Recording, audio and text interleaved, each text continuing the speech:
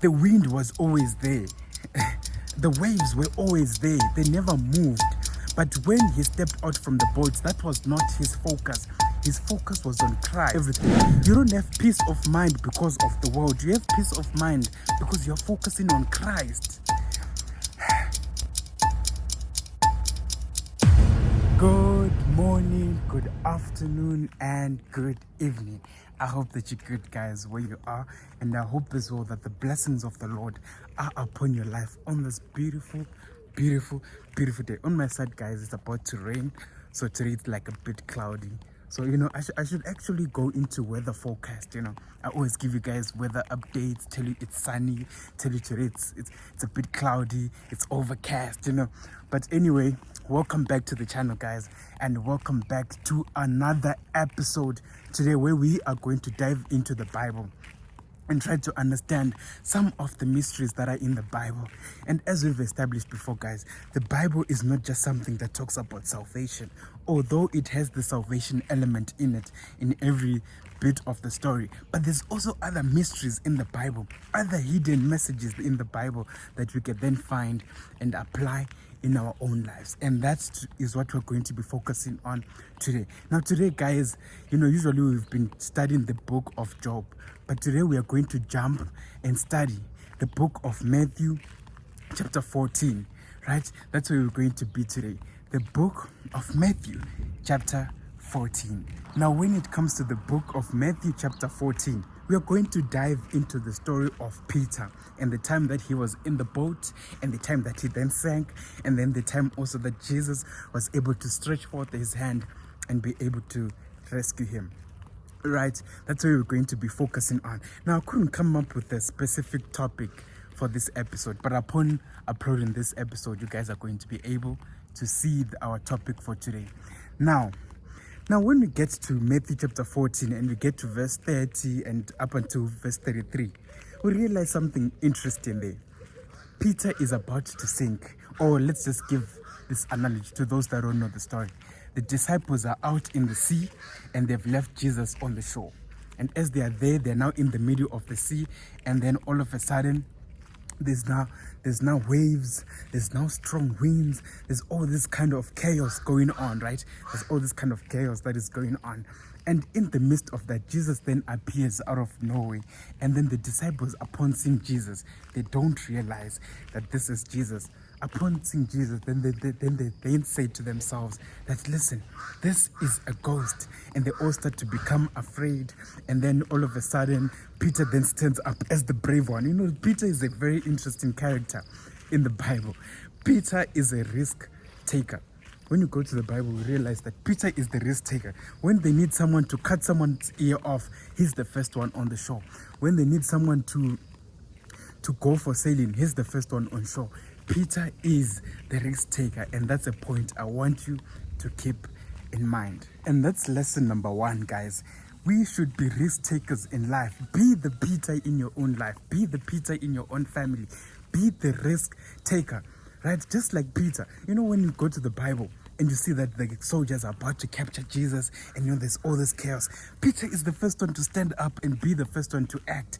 Now that we are now in the ship, in Matthew chapter 14, verse 33, and from verse 30 all the way to verse 33, Peter is the first one to stand up and says that, Lord, if it is you.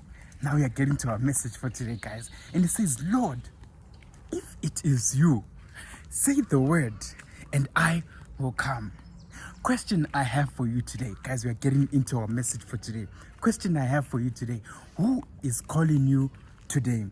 Which voice are you hearing today? Is it the Lord himself that is calling you, or it is some other spirit that is calling you? For Peter says, Lord, if it is you. For he knew that if it is the Lord that is calling me, nothing is impossible with the Lord. So today I want to ask you, which principality, which force, which spirit is calling you today? Who is directing your life? Who is calling your shots in your own life? Are you the director of your own life, or you're actually relying on the Lord? Peter then says, Lord, if it is really you, say the word and I will come forth. And then Jesus then says that what? Come.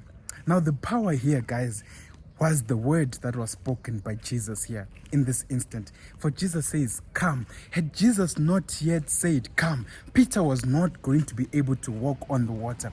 But for the mere fact that Jesus said, come, Peter was then able to walk on the water because Jesus had said so. Guys,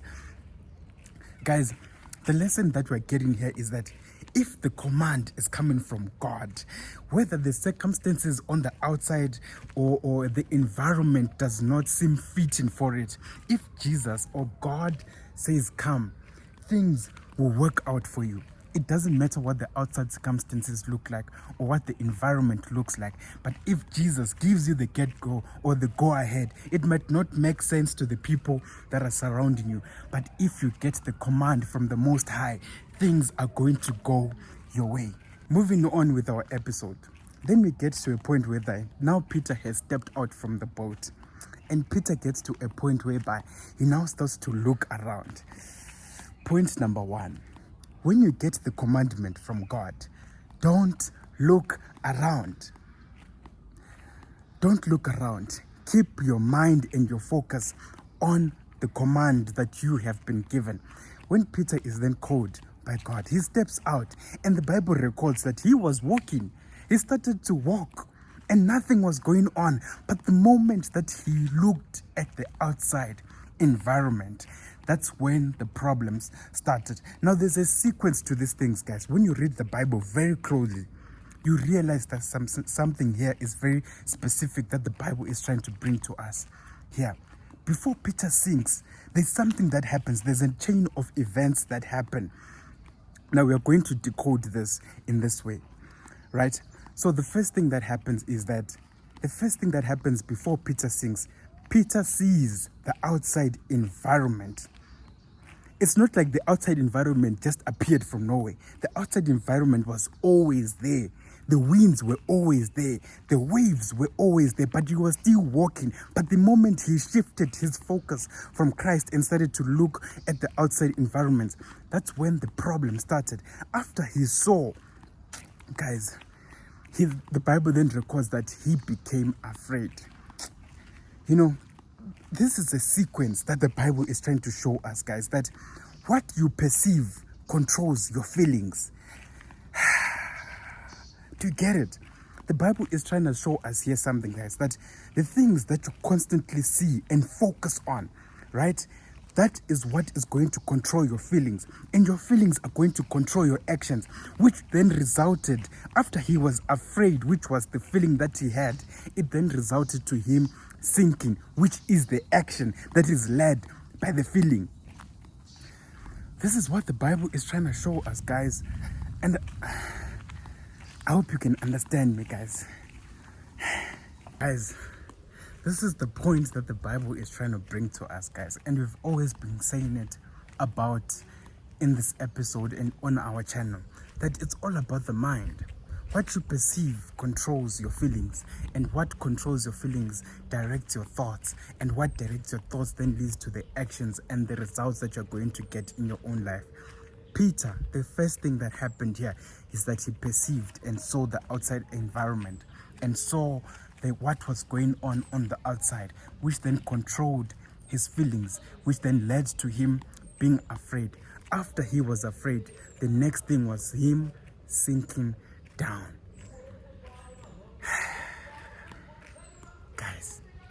Guys, and this is the thing that the Bible is trying to bring to us here, guys, that what you perceive controls your feelings, and your feelings will then determine your actions, and your actions obviously will bring back the results. After Peter saw, and this, if you look closely, guys, that's the sequence that the Bible is trying to show us on the Peter situation.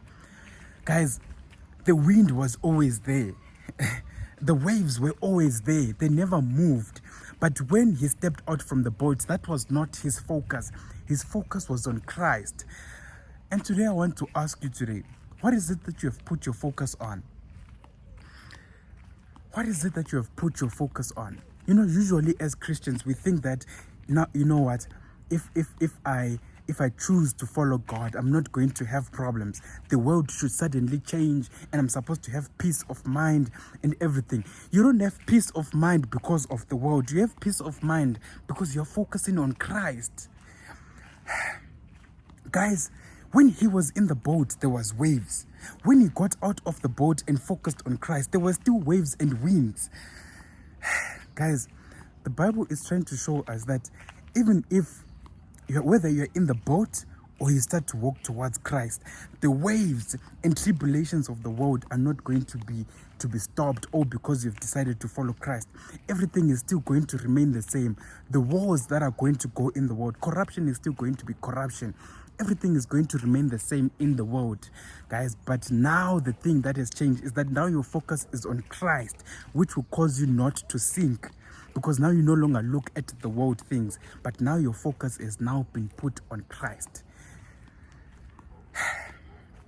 This is what the Bible is trying to bring to us, guys, that let us put our focus on Christ. And as well, in the boat, everyone is panicking. In the boat, everyone does not have a solution. So what is best that you can do for yourself and in your own life is to get out of the boat. Because at least when you get out of the boat and you start sinking, your first cry is not to John. Your first cry is not to Matthew. Your first cry is not to Simon or whoever, guys, who is in the boat with you. But the first cry is to the Lord. For when Peter starts to sink, he says, Lord, save me. And this is the benefit of stepping outside of the boat. When they were all still in the boat, they were all afraid and they thought it was a ghost. But now when you stepped out from the boat, guys, stepping out from your comfort zone, that's another thing, guys. Stepping out from your comfort zone and you decide to pursue the purpose that God has put out for you, right? We're in the comfort zone, guys. The comfort zone is one dangerous thing. We get so comfortable in our comfort zones and we will see as if everything is supposed to be that way, of which is not supposed to be like that, guys. And the Bible is just trying to bring that to us in our own lives and try to show us that, guys, step out from your comfort zone. There's so many lessons that we can derive from the life of Peter and that small scenario in the Bible. That's why I could not come up with a direct topic as I was about to record this episode, because there's so many lessons that we can learn from the life of Peter. But in conclusion, guys, this is the conclusion of the matter. Conclusion of the matter, guys, is that we should keep our focus on Christ, right? Who is calling you today? Who is giving you the word to come forth? Is that person going to be able to bring you out when you start to sink? Who have you put your trust in today? And also remember, guys, that if you focus on your problems, they will control your feelings, which will cause you to drown. But if you focus on Christ, the author and the finisher of our faith, even when you start to sink, you are able to call upon Christ and call upon him and tell him, Lord, here I am and I am sinking. And he says that immediately when Peter called out and said, Lord, save me, God was there to stretch out his hand and to rescue him from sinking and drowning. Guys, the benefits of putting God in your life. You know, the Bible does not say, and this is the beauty of it all, is that in the boat, the waves are there. Look at it, guys. In the boat, the waves are there. Outside the boat, the waves are there. But the other thing is just that the only difference is that now your focus is on Christ. If when you start to sink, he's just there immediately to rescue you. Where do you want to be? Where would you want to put yourself?